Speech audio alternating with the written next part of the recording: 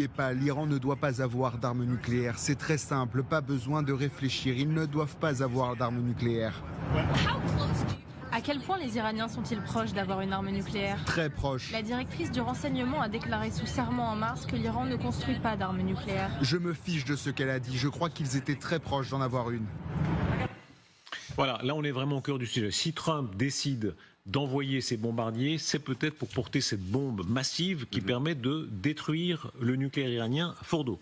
Si on est capable de détruire, effectivement, parce que Fordo, je crois, c'est une montagne, et donc la bombe, même la B-57, elle perd 60 mètres de terre, elle perd pas de la roche extrêmement dure. Je pense que ces installations vont être très très difficiles à détruire. Comme avec des troupes terrestres. Oui. Alors maintenant, effectivement, moi j'ai toujours dit que l'Iran cherchait à acquérir la bombe en tous les cas, parce que c'est comme ça qu'elle sera considérée comme une puissance, et effectivement, sur le plan militaire, on peut comprendre qu'on veuille qu'elle ne la construise pas. Maintenant, j'ai peur que l'Iran, qui est un très grand pays sur le plan géographique, 3 fois la France, détruire la totalité des installations sans aller mettre des troupes au sol, c'est-à-dire se confier à l'arme nucléaire, là, comme dans Top Gun Maverick, voilà, 3 bombes et c'est fait. Je crois quand même que c'est assez illusoire. Par contre, je pense qu'on peut retarder considérablement le programme nucléaire iranien. Est-ce que là, ça rassemblerait des opinions au fond assez favorables? Autant tuer Khamenei, c'est un peu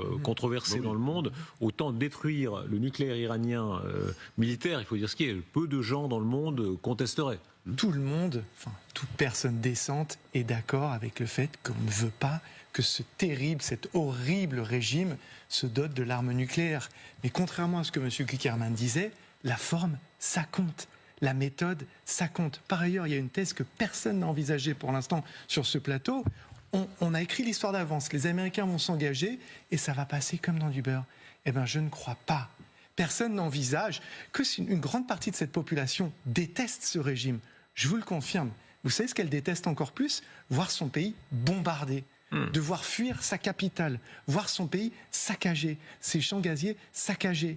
Et donc, elle ne va pas se rallier autour d'un régime qu'elle déteste et dont elle veut la chute. En revanche, elle peut se rallier autour de ce drapeau.